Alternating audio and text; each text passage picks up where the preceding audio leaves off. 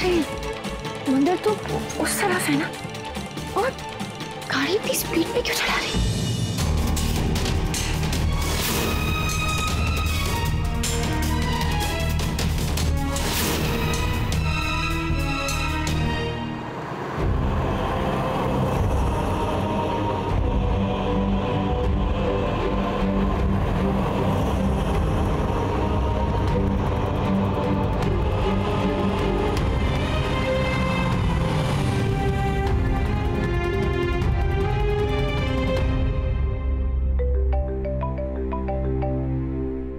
हाँ भैया, मैं यहाँ आ गई हूँ, पर भैया मैं किसी के सामने नहीं आऊंगी।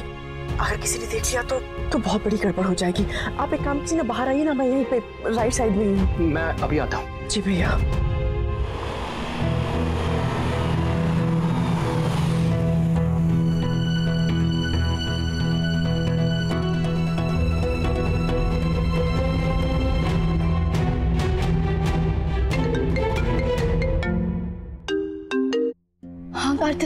कुछ पता चला? नहीं, अभी भी पुलिस पूछ ही रही है उससे।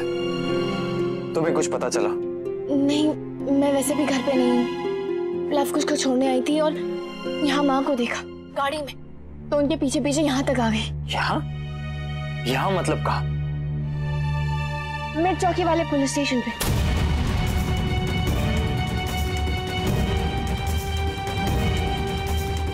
तुम यहीं पर हो? तो वो यहाँ किससे मिलने आई है? हमसे या आर्यन से? वो भी यहीं पर है, इसी स्टेशन में। क्या? हाँ, मैंने कहा था ना तुमसे कुछ तो गड़बड़ है। तुम वहीं रुको, मैं बाहर आता हूँ।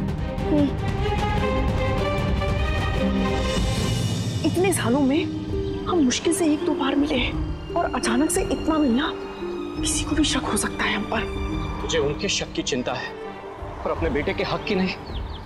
अर्पिता, शुभम को तेरी जरूरत है तो शुभम भी उस घर का बेटा। भैया, मेरा एक ही बेटा है, और वो है कार्तिक। उसे जितनी मेरी जरूरत है उतनी किसी को भी नहीं है। ये तो तूने तब भी कहा था ना अर्पिता, जब छोटे से शुभम को तूने मेरे हवाले किया था। हाँ, कहा था, बिल्कुल कहा था मैंने, और आज भी उसी बात पे कायम हूं मैं। सौम्या दीदी के चले जाने के बाद वो और कीर्ति अकेले पड़ गए थे। उन्हें माँ की जरूरत थी, और उससे भी ज्यादा उन्हें अपने पापा की जरूरत थी। मैं उनका प्यार बढ़ते नहीं देख सकती थी, इसलिए मैंने एक कदम उठाया, और आज तो मेरी हर संभव कोशिश यही रहेगी कि उन दोनों के बीच में कोई तीसरा ना आए। एक बार तो शुभम के लिए सोच, वो बच्चा बिना वजह इतनी बड़ी कीमत चुका रहा है। उसकी तरफ से भी सोचूं तो भी यही ठीक लगता है कि भैया कि मैं उससे ना ही मिलूं तो अच्छा होगा, वरना पता नहीं अपनी क्या हो जाएगा। या तो वो मुझसे बहुत ज्यादा नफरत करने लगेगा, या मुझसे वो ये उम्मीद करेगा कि मैं उसे उसका हक दिलवाऊं, जबकि मैं मजबूर हूं भैया, मैं उसे कुछ नहीं दे सकती, यहाँ तक कि उसके पापा का नाम भी नहीं। शुभम को तूने जन्म दिया है। हाँ, मैंने जन्म दिया है उसे, लेकिन आज तक कोई रिश्ता नहीं रखा उसके साथ। वो आपका बेटा है और यही बात सच है।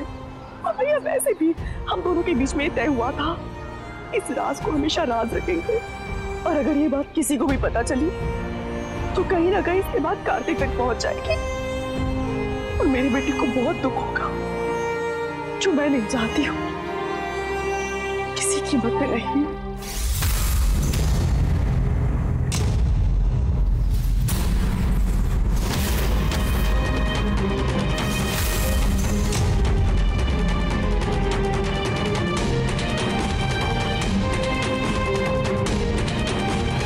इसका मतलब तू शुभम के लिए कुछ नहीं करेगी? करूंगी ना, जो आज तक करती रही हूं वही आगे भी करूंगी। मतलब? तू भगवान करे उसके ऊपर से सारी मुसीबतें हट जाए और आप उसे गांव लेकर चले जाए। तुझसे मिले बिना अर्पिता कभी सोचा है कि किसी भीड़ भाड़ में अगर वो तुझसे टकरा भी गया ना, तो तेरी आंखें भले ही उसे पहचान ना पाए, और तेरा दिल धड़केगा, तब तुझे पता नहीं चलेगा कि ये तेरे साथ क्यों हो रहा है, और फिर तड़पेगी तू। इसीलिए मैं कह रहा हूँ अर्पिता, सिर्फ एक बार, दूर से ही सही, एक बार उसे देख ले। कोई बात नहीं भैया, जहाँ इतने साल निकाल दिए वहाँ कुछ और सांस है। और रही बात माँ के दिल की तसल्ली की, तो वो कार्तिक को देखकर हो जाती है।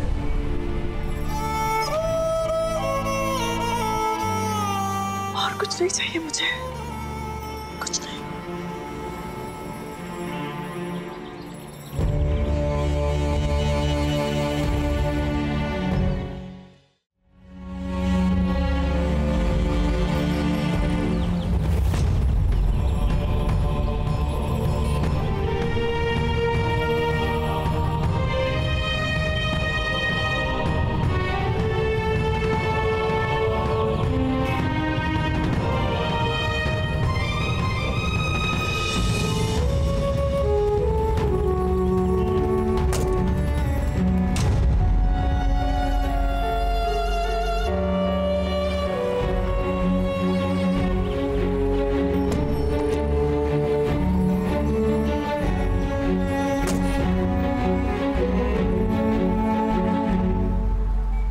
यकीन नहीं हो रहा है अपने कानों पे।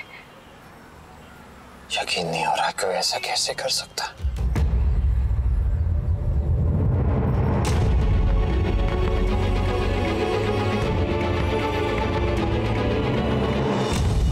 मैं अंदर जाके देखता हूं, अगर कुछ हो सकता है तो।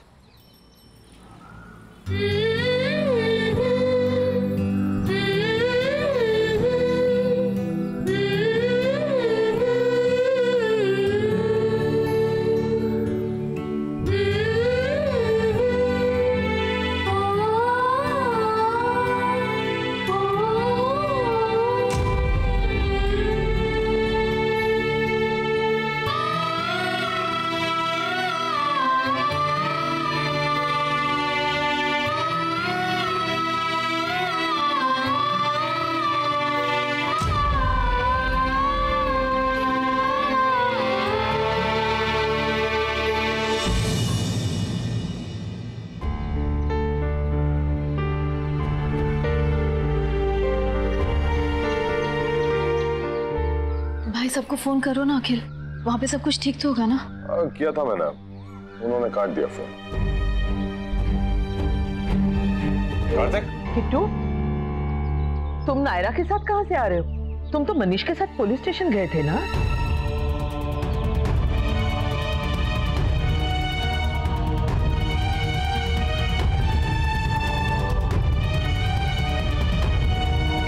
क्या हुआ? सब कुछ ठीक तो है ना? तुम्हें देख के ऐसा लग रहा है कि जैसे कुछ गलत हुआ हो।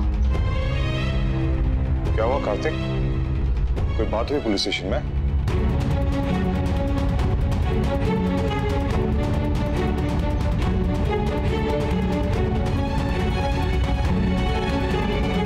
हाँ चाचू, वो